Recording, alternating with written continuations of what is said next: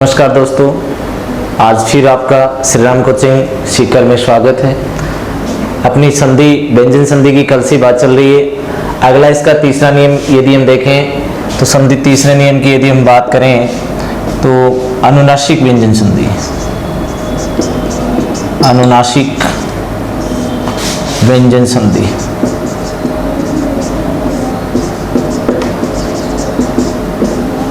अनुनासिक व्यंजन संधि में सबसे पहले में ये देखना है कि अनुनासिक वर्ण कौन कौन से होते हैं। अनुनासिक वर्ण की यदि हम बात करें तो हमारे अनुनासिक वर्ण जो हैं वो 5 होते हैं।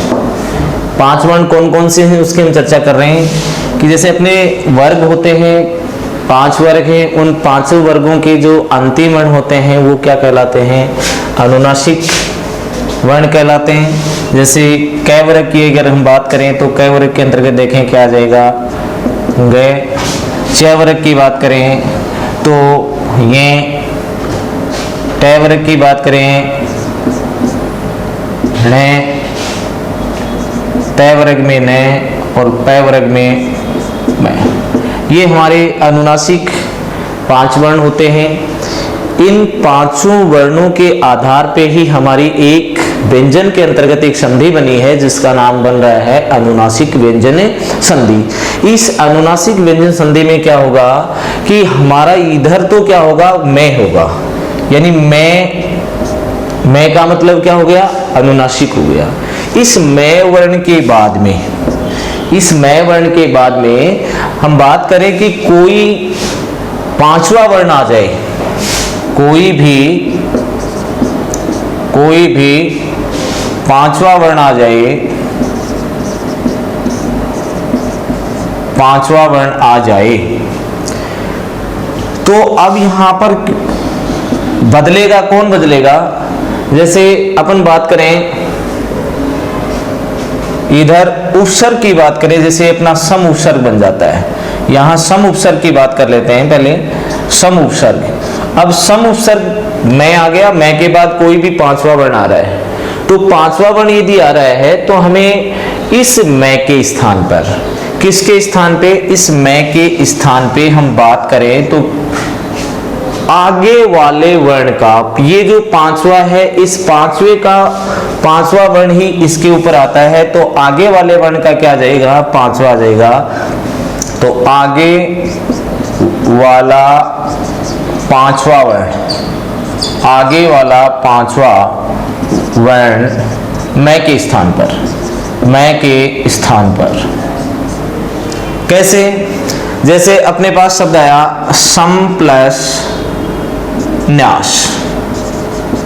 यहां ध्यान देने की जरूरत है कि सम प्लस न्यास में क्या देखा अपन ने? इस मैं के बाद में फिर से 5वां आ रहा है, ये भी 5वां है, ये भी 5वां है। अब 5वें के बाद 5वां आ रहा है तो इस 5वें के स्थान पे आगे वाले वर्ण का 5वां हो जाता है। तो कैसे होगा इसकी बात हम करें, देखिए से का से, इस न का 5वां न, इसका 5वां स्वयं न है और आप वापस जो शब्द बन गया वो संन्यास शब्द बन गया। ये संन्यास शब्द जो है इसकी चर्चा हम यहाँ पे करें, ये शुद्ध शब्द होता है। कुछ जगहों पे हमें ये भी पाया जाता है कि इस संन्यास शब्द को क्या कर दिया गया, 2 नियमों को लेकर के यहाँ पर दूसरे नियम की दृष्टि से देखें तो क्या हो जाता है? जैसे संन्यास शब्द की हम बात करें तो इसका दूसरा रूप ये बन जाता है कि इस मैं को क्या बना दिया जाता है? इस मैं को अनुस्वार बना दिया जाता है, और अनुस्वार बना दिया जाता है और आगे वाले को यदि पूरा शब्द जोड़ दिया अपने पास न्यास, तो ये संन्यास शब्द बन गया। अब बात ये आती है कि इन दोनों में से शुद्ध क्या है? अधिकतर जगहों पे हमें यही मिलता है, लेकिन यदि हम बात करें इसकी शुद्धिकरण की तो फर्स्ट प्रायोरिटी इसको देनी चाहिए और सेकंड प्रायोरिटी इसको देनी चाहिए। क्योंकि एक नियम होता है कि यदि सम उपसर्ग के बाद न और मैं पंचम वर्ण आता है, न और मैं पंचम वर्ण आता है तो वहां पर मैं का अनुस्वार नहीं बनाना चाहिए। ये एक नियम है कि सम उपसर्ग के बाद यदि न या मैं 5वां वर्ण आता है तो ऐसी स्थिति में किसका यानी मैं का अनुस्वार नहीं करना चाहिए। क्या करना चाहिए? मैं के स्थान पे आगे वाले वर्ण का पांचवा रख देना चाहिए। क्यों? इसके लिए कि उदाहरण है अपने पास, जैसे सम प्लस मान, सम प्लस मान। अब यहां पे ये देखें कि सम्मान के अंतर्गत क्या है, ये पांचवा है। इस पांचवे के बाद में पांचवा वर्ण आया, तो इसके लिए हम कह सकते हैं 1 + 5 = 5। इसका मतलब देखिए यहां मैं के बाद में मैं आ गया। अब ये मैं जो आ रहा है, तो यहां पर अपन ने ये देखा कि इसको अगर हम अनुस्वार बनाएं, इस मैं का यदि हम अनुस्वार बनाएं, तो अनुस्वार बनाएंगे तो हमारा शब्द बनता है सम्मान। अब ये सम्मान शब्द शुद्ध नहीं है। कारण क्या है? अभी अपन ने बात की कि सम उपसर्ग के बाद यदि न या मैं पांचवा वर्ण आ जाता है तो मैं का अनुस्वार नहीं करना चाहिए। क्या करना चाहिए? मैं के स्थान पर आगे वाले वर्ण का यहां पर रखा जाना चाहिए। तो ये देखिए क्या बनेगा? से। अब इसका पांचवा, मैं का पांचवा मैं ही होता है। ये मैं जब आधा है तो ये भी क्या हो जाएगा? आधा हो जाएगा, और अपना शब्द क्या बन जाएगा? सम्मान शब्द बन जाएगा। तो शुद्ध शब्द ये होता है, ऊपर वाला शुद्ध शब्द नहीं है। इस प्रकार से हम देखें अगला, जैसे अपना शब्द आता है, यहाँ पे बात करें, जैसे किन्नर शब्द आया, किम प्लस निर, किम प्लस नर शब्द आया। अब ये किन्नर शब्द बनेगा। देखिए ये पांचवा है, पांचवे के बाद पांचवा वर्ण आ रहा है, तो इस पांचवे वर्ण को हम इस प्रकार से मैं का अनुस्वार करके नहीं लिख सकते हैं, क्योंकि ये अशुद्ध शब्द होता है। तो ऐसी स्थिति में हमें ये देखना है कि मैं के बाद यदि न या मैं पंचम वर्ण आता है, तो ऐसी स्थिति में हमें क्या करना चाहिए? ऐसी स्थिति में हमें इसको मैं को अनुस्वार में न बदल करके मैं का क्या करना चाहिए? मैं के स्थान पे आगे वाले वर्ण को ले आना चाहिए। जैसे अपने पास शब्द आया यहाँ पे किन्नर, तो की इसके स्थान पे ये आधा ने, आगे पूरा ने, और वापस अपना जो शब्द बन जाता है वो किन्नर शब्द बन जाता है। इसी प्रकार से अगले उदाहरण की यदि हम बात करें, तो देखिए अगला उदाहरण क्या बन रहा है, जैसे सम प्लस मोहन, सम प्लस मोहन शब्द आया। यहां देखें पांचवा वर्ण है, पांचवे के बाद पांचवा वर्ण आ रहा है, तो ऐसी स्थिति में क्या करना है? ऐसी स्थिति में मैं का अनुस्वार नहीं करना है। क्यों नहीं करना है? इसका यदि हम अनुस्वार करेंगे तो ये अशुद्ध शब्द बनेगा। तो ऐसी स्थिति में ये देखना है कि मैं के स्थान पे आगे वाला पंचम वर्ण रखा जाए। तो यहाँ पर पांचवा है, तो ये सम्मोहन शब्द बनेगा। एक इसके अंतर्गत शब्द आता है सम प्लस निहित, सम प्लस निहित। अब सम प्लस निहित के अंदर देखें कि इस मैं के बाद क्या आ गया? न आ गया। तो न भी यदि आ जाता है तो हमें क्या करना होता है? न आने के बाद हमें ये करना है कि मैं को अनुस्वार में नहीं बदलना है। तो ये किस में बदलेगा? से। ये आधा ने, आगे ये मात्रा यहां आ गई और अपना शब्द बन गया सन्निहित शब्द बन गया।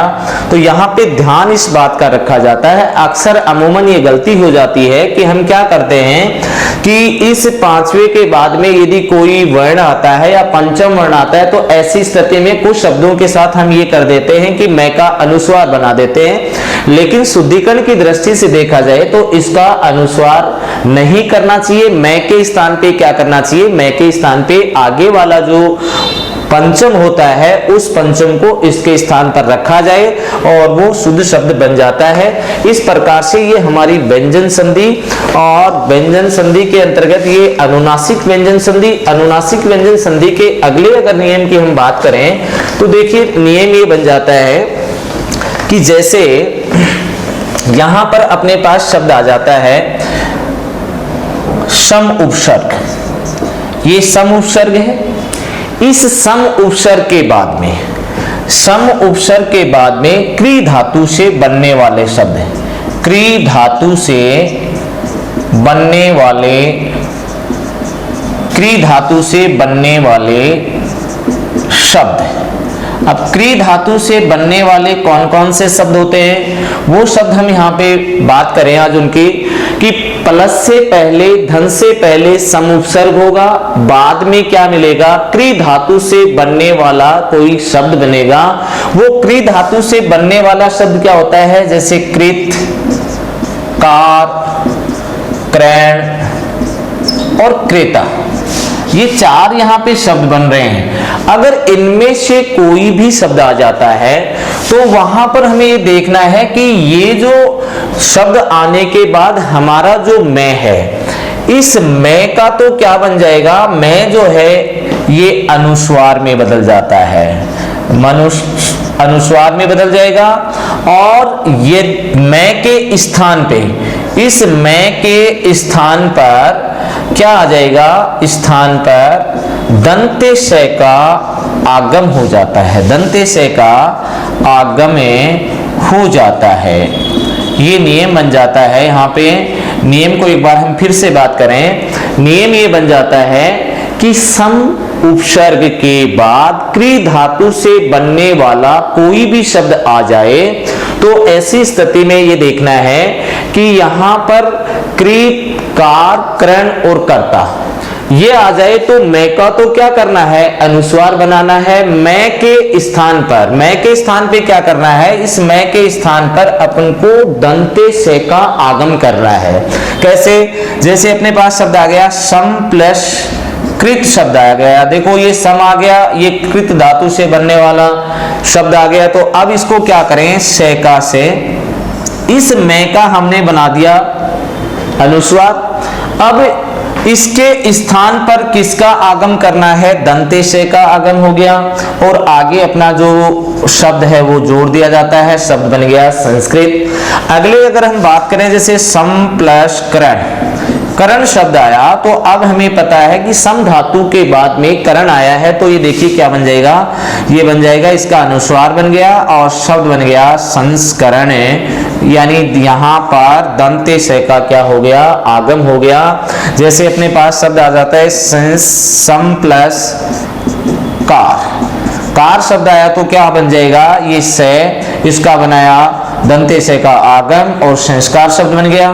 और इसी प्लस से बात करें जैसे सम प्लस कृता, ये शब्द आ जाए तो इसके अंतर्गत क्या देखना है, वही नियम लागू हो रहा है कि से का तो क्या करें, इस मैं का बना दिया अपन ने, अनुस्वार बना दिया, ये अनुस्वार में चला गया, इसके स्थान पे दंते से आ गया और अपना शब्द जो बन जाता है वो क्या बन गया, सम प्लस क्रेता शब्द बन गया। तो यहाँ पे ये शब्द बन गया हमारा संस्कृता।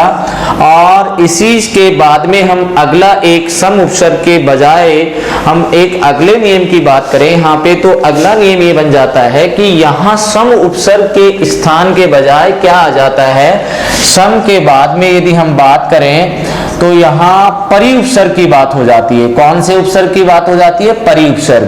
देखिए परि उपसर्ग ऐसे आ गया, परि उपसर्ग के बाद में क्या आया, परि उपसर्ग के बाद में क्री धातु से बनने वाले शब्द आ गए, क्री धातु से बनने वाले शब्द, क्री धातु से बनने वाले शब्द।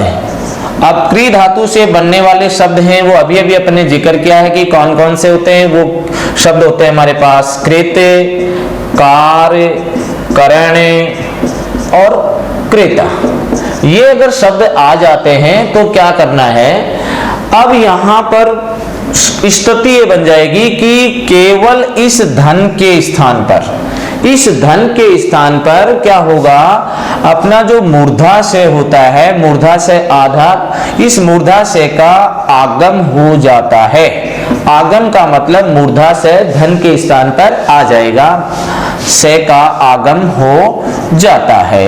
ये हमारा इसका दूसरा नियम होता है। देखिए जैसे अपने पास शब्द आ गया परि प्लस का कृत आ गया, प्री प्लस कृत आ गया।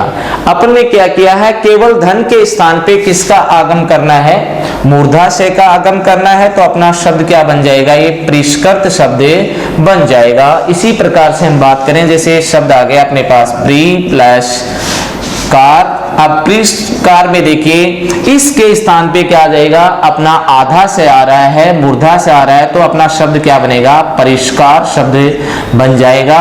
इसी प्रकार से देखिए परि प्लस करण, अब करण शब्द आने से देखिए इसके स्थान पे किसका आगम हो गया, मूर्धाशय का आगम हो गया, तो परिष्करण शब्द बन जाता है। कहने का तात्पर्य ये हुआ कि यदि परि उपसर्ग के बाद में क्री धातु से बनने वाला कोई भी शब्द आता है तो धन के स्थान पर किसका आगम हो जाता है, धन के स्थान पर मूर्धाशय का आगम हो जाता है।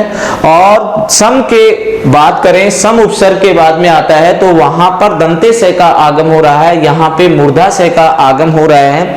इस प्रकार से दोस्तों ये अपनी संधि का नियम सम और उपसर्ग को लेकर के यहाँ पर बात की गई है। कल हम अगले कालांश में अगले नियम की चर्चा करेंगे। जय श्री राम।